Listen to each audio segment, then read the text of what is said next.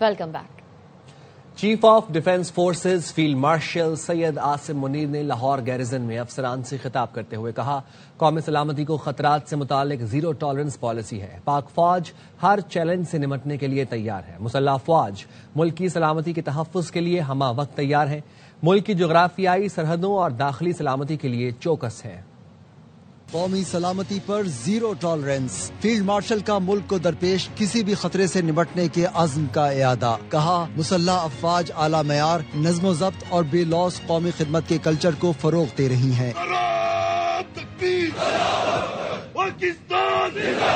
ISPR کے مطابق army chief of defence forces field martial Asim Munir نے لاہور گیریجن کا دورہ کیا۔ کور کمانڈر لاہور نے ان کا استقبال کیا۔ افسران سے خطاب میں فیلڈ مارشل عاصم منیر نے کہا، پاک فوج تمام کثیر جہتی چیلنجوں کا مقابلہ کرنے کے لیے پرعزم ہے۔ انہوں نے واضح کیا کہ پاکستان کی مسلح افواج ملکی خود مختاری، علاقائی سالمیت اور داخلی استحکام کے تحفظ کے اپنے بنیادی مشن پر ثابت قدم ہے۔ فیلڈ مارشل کو فارمیشن کی آپریشنل تیاریوں، تربیتی معیار اور جنگی صلاحیت پر جامع بریفنگ دی گئی۔ آرمی چیف نے جدید ٹیکنالوجی پر مبنی خصوصی فیلڈ ٹریننگ ایکسرسائز کا بھی مشاہدہ کیا۔ آرمی چیف نے مستقبل کے متحرک جنگی ماحول سے ہم آہنگ ہونے کے لیے توجہ دینے پر زور دیا۔ فیلڈ مارشل عاصم منیر نے جوانوں کے لیے فراہم کی جانے والی کھیلوں اور تفریحی سہولیات کا بھی معائنہ کیا۔ کہا، جسمانی فٹنس، مورال اور مجموعی فلاح و بہبود برقرار رکھنے میں ان سہولیات کی اہمیت کلیدی ہے۔ آرمی چیف نے CMH لاہور میں قائم ہائی کیئر سینٹر کا بھی دورہ کیا اور طبی مرکز کے قیام پر عملے اور انتظامیہ کی کاوشوں کو سراہا۔ سربراہ پاک فضائیہ کی ریاض میں سعودی عرب کی اعلیٰ عسکری قیادت سے ملاقات ہوئی۔ Air chief marshal Zaheer Ahmed Babar Sidhu نے رائل سعودی ایئر فورس کے commander lieutenant general Turki bin Bandar bin Abdulaziz اور chief of general staff general Fayyad bin Hamid Al Ruwaili سے ملاقات کی۔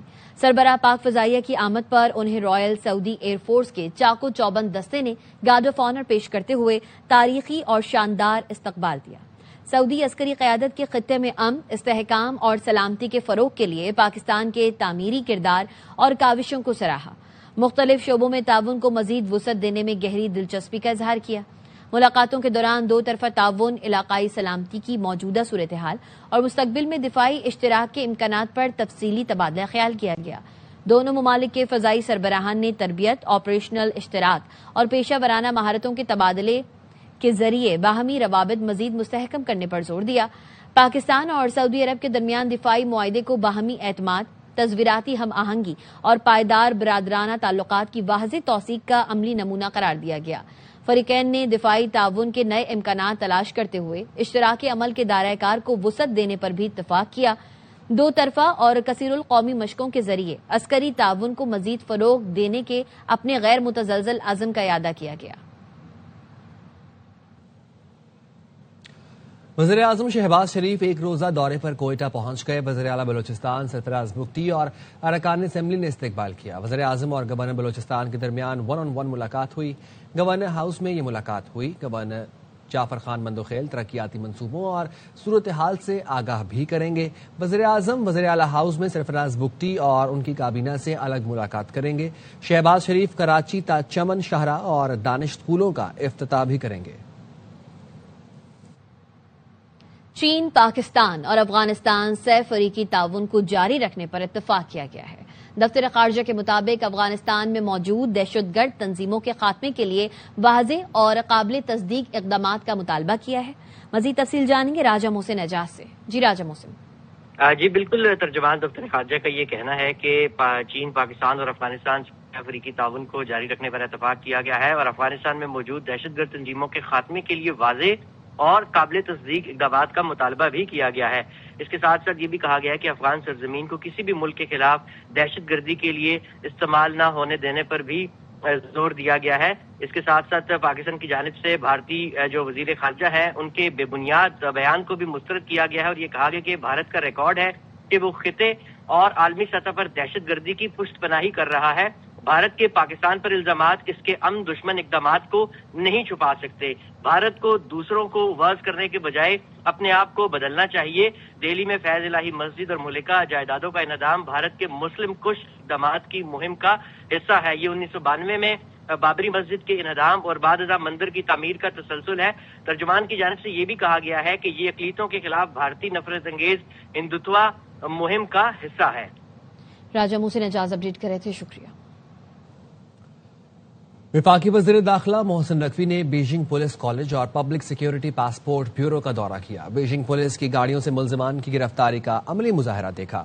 پولیس کی پیشہ ورانہ مہارت اور اعلیٰ تربیت کو سراہا۔ کہا نیشنل پولیس اکیڈمی کے تمام ASPs 1 ماہ کی ٹریننگ کے لیے بیجنگ آئیں گے۔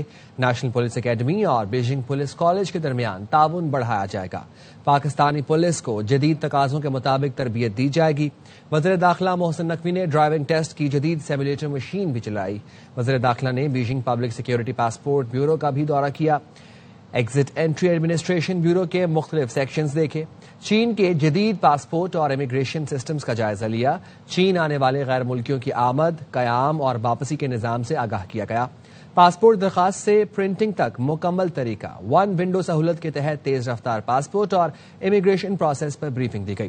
وزیر داخلہ محسن نقوی نے چینی ایگزٹ انٹری سسٹم کی برق رفتاری کو سراہا۔ کہا چین کا انٹری ایگزٹ نظام مؤثر، محفوظ اور قابل تعریف ہے۔ پاکستان میں پاسپورٹ اور امیگریشن نظام کو بھی تیز رفتار بنایا گیا ہے۔ جعل سازی روکنے کے لیے پاسپورٹس میں جدید سیکیورٹی فیچرز متعارف کرائیں گے۔ پاکستان کا entry exit control system Beijing model پر استوار ہے۔ ملک اور قوم کی سلامتی سے کھلواڑ کی اجازت کسی کو نہیں دی جائے گی۔ فتنے کی سرکوبی کرنا ریاست کی ذمہ داری ہے۔ وزیر اعلیٰ پنجاب مریم نواز کا علماء میں اعزازیہ کارڈ تقسیم کرنے کی تقریب سے خطاب۔ کہا کچھ لوگوں نے مذہب کے نام پر فتنے کو فروغ دیا۔ احتجاج کے نام پر ریاست کو یرغمال بنایا گیا۔ کئی بار سخت اقدامات کرنا پڑے۔ فتنے کی سرکوبی صرف حکومت کا کام نہیں، علماء کی معاونت بھی ضروری ہے۔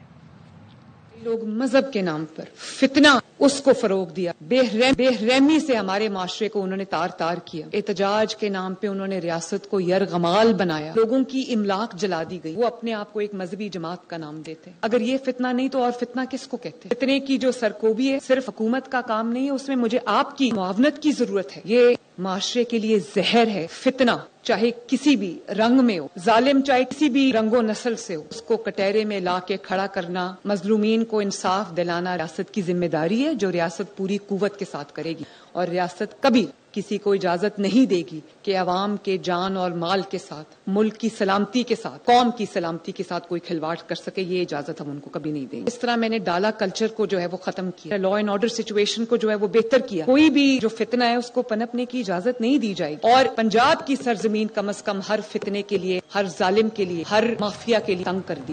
وقت ہوا ہے ایک بریک کا، ساتھ رہیے۔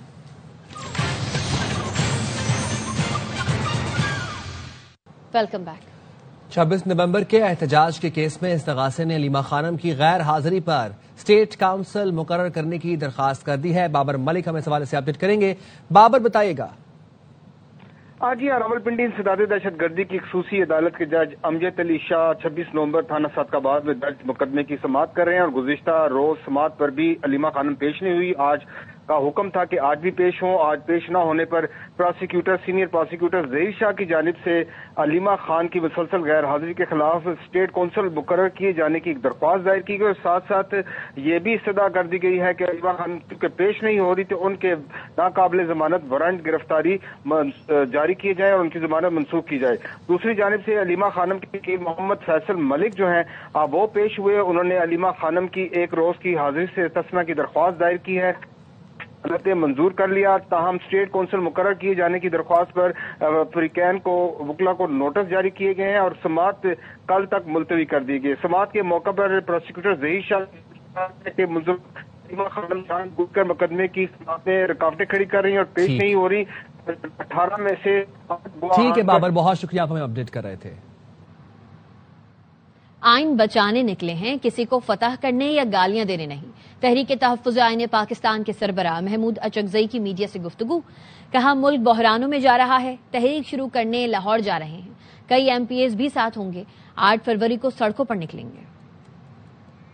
ہم یہاں اسی علاقے کو فتح کرنے نکلے ہیں، نہ کسی کو گالیاں دینے نکلے ہیں، نہ کسی کو پتھر مارنے نکلے ہیں، ہم ظلم مٹانے نکلے ہیں۔ ہمارے ساتھ چلو، ہمارا ملک روز بروز بحرانوں میں پھنس رہا ہے، ہمسایوں کے ساتھ ہمارے تعلقات بگڑ رہے ہیں، تحریک تحفظ آئین پاکستان نے 8 فروری کو تمام پاکستان کے جمہوری ہر طبقے کے لوگوں سے اپیل کی ہے اس دن اپنا احتجاج ریکارڈ کرنے کے لیے ہمارا ساتھ دیں. اس دن اپنی دکان بند رکھیں, اپنا رکشہ بند رکھیں, اپنا ٹیکسی بند رکھیں اور پاکستان کی سڑکوں پہ عام کا راج ہونا چاہیے. ہم اس سلسلے میں لاہور جا رہے ہیں, اس میں سارے OMPs شامل ہیں. پاکستان میں اس وقت کوئی سیاسی قیدی نہیں. مسلم لیگ نون کے رہنما خرم دستگیر نے باخبر سویرا میں کہا, قومی معاملات کا فیصلہ کسی ایک جماعت اور فرد کے مفادات پر نہیں ہو سکتا. اپوزیشن قومی تب ہوگی جب وہ قومی معاملات پر بات کرے گی. توقع ہے اگلے سیشن میں اپوزیشن لیڈر کا معاملہ بھی خوش اسلوبی سے طے ہوگا.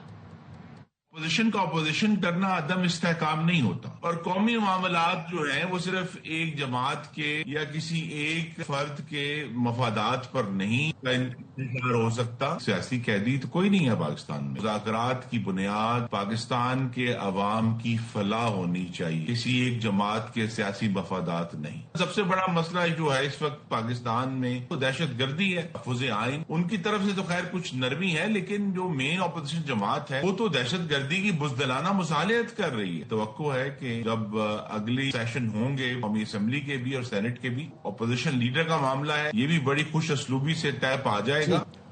اپوزیشن والے بات کرنے کو تیار نہیں. وہ سمجھتے ہیں بات چیت شروع ہونے سے ان کا سیاسی نقصان ہوگا. وزیر اعظم کے مشیر برائے سیاسی امور رانا ثناءاللہ کہتے ہیں, نیشنل ڈائیلاگ کمیٹی کے لوگوں سے میری اور ایاز صادق کی بات ہوئی ہے. حکومت آمادہ ہے, وزیر اعظم کی آفر موجود ہے, لیکن اپوزیشن والے نیشنل ڈائیلاگ کمیٹی کو بھی تسلیم نہیں کرتے. انفارمیشن یہ ہے کہ وہ بات کرنے کو تیار نہیں ہے. وہ یہ سمجھتے ہیں کہ اگر انہوں نے اس طرح سے بات شروع کی تو شاید پولیٹیکلی جو ہے وہ ان کے لیے جو ہے وہ بڑی انہوں نے مطالبہ بھی. نیشنل ڈائیلاگ کمیٹی میں جو صاحبان ہیں یہ ہمیں ملے ہیں, میں اور اسپیکر ایاز صادق صاحب, ہماری ان کے ساتھ بات ہوئی ہے. ان کے خیالات سے ہمیں بالکل اتفاق ہے. پرائم منسٹر کی آفر جو ہے وہ موجود ہے. جو دوسری سائیڈ ہے اپوزیشن, وہ کبھی کوئی بہانہ اور کبھی کوئی بہانہ کر رہے ہیں اور وہ ان کو بھی نہیں تسلیم کر رہے. پہلا قدم کا پہلے کوئی تعین جو ہے وہ ہو تو پہلا قدم جو ہے نا وہ اٹھایا جائے, ان کو چھوڑ دیا جائے. وہ گورنمنٹ کی کسٹڈی میں تو ہے نہیں, وہ تو اس وقت ان کو کنوکشن ہوئی ہے. جن کے لیے آپ بات کر رہے ہیں کو ان کی طرف سے کوئی بات ہوگی تو بات ہے نا. اب آپ کے میسج دینے پہ تو باتیں آگے نہیں نا چل پڑیں گی. ہماری طرف سے تو نہ نہیں ہے, نہ جس طرف سے ہے اس طرف سے نہ سمجھیں آپ. امریکہ کی بھارت میں مسیحیوں پر حملے کی مذمت. کرسمس کے موقع پر ہندو شدت پسندوں نے مسیحیوں اور گرجا گھروں پر حملے کیے تھے. AIY نیوز کے سوال, کیا امریکہ کرسمس پر مسیحیوں پر حملوں کی مذمت کرتا ہے, کے جواب میں ترجمان امریکی محکمہ خارجہ نے کہا, امریکہ مسیحیوں کے خلاف ہونے والے حملوں کی مذمت کرتا ہے. امریکہ کسی بھی قسم کے تشدد کی سخت مذمت کرتا ہے. ہم ہر ملک میں مذہبی آزادی کی صورتحال پر مسلسل نظر رکھتے ہیں. صحافی کا سوال تھا, امریکہ بھارت کو تشویشناک ملک کی فہرست میں شامل کرے گا؟ جواب میں ترجمان نے کہا, بین الاقوامی مذہبی آزادی ایکٹ کے تحت تمام جائزوں کو مد نظر رکھا جاتا ہے. سول سوسائٹی, ملکی اور بین الاقوامی انسانی حقوق کے اداروں کی رپورٹس کا جائزہ لیا جاتا ہے. انسانی حقوق کے کارکنان, مذہبی تنظیموں کی رپورٹس کا جائزہ لیا جاتا ہے. کسی بھی ملک کو تشویش پر مبنی ممالک کی فہرست میں شامل کرنے کا پیشگی اعلان نہیں کرتے.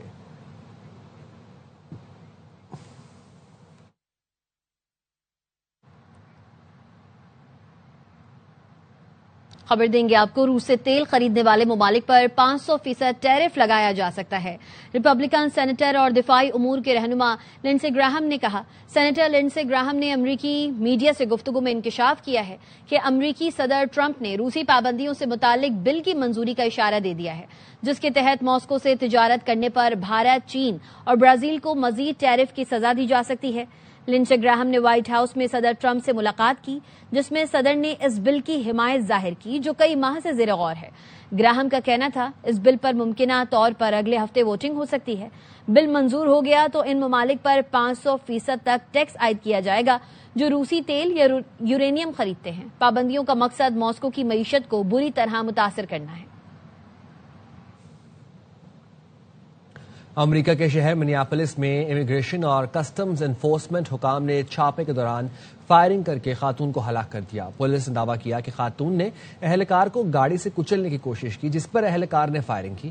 امریکی صدر نے امیگریشن افسران کا دفاع کیا, جبکہ منیاپولس کے میئر نے ICE افسر کو واقعے کا ذمہ دار قرار دیا ہے۔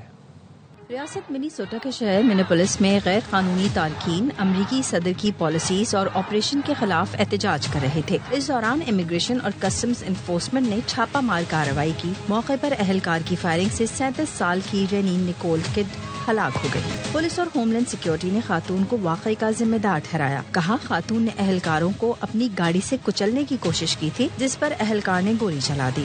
میئر منیاپولس کا کہنا ہے کہ ICE افسر نے لاپرواہی کا مظاہرہ کرتے ہوئے خاتون کی جان لی۔ امیگریشن حکام شہر میں افراتفری پھیلا رہے ہیں، سڑکوں پر شہریوں کو قتل کیا جا رہا ہے۔ امریکی صدر ٹرمپ نے امیگریشن افسران کا دفاع کیا، ٹرتھ پر پوسٹ کی کہ ایسا لگتا ہے اہلکار نے اپنے دفاع میں فائرنگ کی۔ رکن کانگریس الہان عمر نے واقعے کی ویڈیو سوشل میڈیا پر شیئر کی۔ لکھا ٹرمپ جھوٹ بولتے ہیں، خاتون اہلکار کو روندنے کی کوشش نہیں کی۔ ICE ہمارے شہر سے نکلو۔ نیو یارک کے میئر زہران ممدانی نے واقعے کو ظالمانہ اور غیر انسانی قرار دیا۔ کہا نیو یارک تارکین وطن کے حقوق کے لیے کھڑا ہے۔ بھارت نہیں جائیں گے، کھلاڑیوں کو خطرے میں نہیں ڈالیں گے۔ بنگلہ دیش بھارت میں نہ کھیلنے کے معاملے پر ڈٹ گیا۔ بنگلہ دیشی اسپورٹس ایڈوائزر آصف نظرل کہتے ہیں ہمارا موقف واضح ہے، world cup matches Sri Lanka میں ہی کھیلیں گے، کھلاڑیوں کی سیکیورٹی اور ملک کے وقار سے بڑھ کر کچھ نہیں۔ ICC کو دوبارہ خط لکھیں گے۔ بھارت میں کھلاڑیوں کے ساتھ مداحوں اور صحافیوں کی سیکیورٹی کے بھی مسائل ہیں۔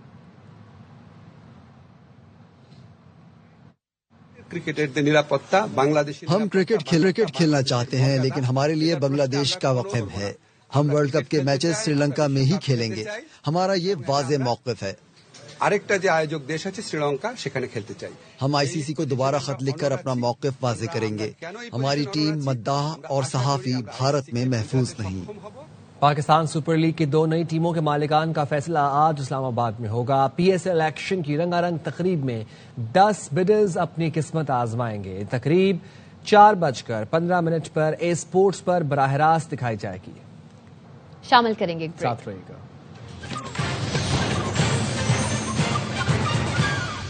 Welcome back. خبر دیں گے آپ کو وزیر اعظم شہباز شریف کی کوئٹہ میں گورنر ہاؤس آمد۔ گورنر ہاؤس میں وزیر اعظم سے گورنر بلوچستان جعفر خان مندوخیل کی ملاقات ہوئی ہے۔ ملاقات میں بلوچستان کے امور پر گفتگو کی گئی۔ گورنر نے وزیر اعظم کو بلوچستان میں ترقیاتی منصوبوں اور پیش رفت سے آگاہ کیا۔ گورنر بلوچستان جعفر خان مندوخیل نے وزیر اعظم کا استقبال کیا۔ گورنر ہاؤس بلوچستان میں وزیر اعظم کو گارڈ آف آنر بھی پیش کیا گیا۔ وزیر اعلیٰ بلوچستان سرفراز بگٹی، وفاقی وزراء احسن اقبال، علیم خان، رانا ثناء اللہ بھی موجود تھے۔